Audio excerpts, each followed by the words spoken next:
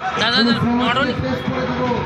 একটি সমাজ আমি একটি সমাজের চোখে একদিন ভাবতে পেরেছিলাম আমি বড় শিক্ষিত হয়ে একটি সমাজের কাজ করব।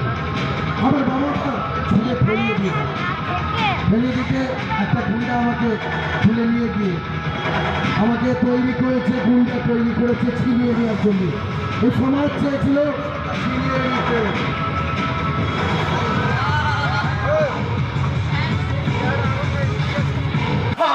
আমি বাঁচতে চাই ওই ভয়ঙ্কর দারিদ্র,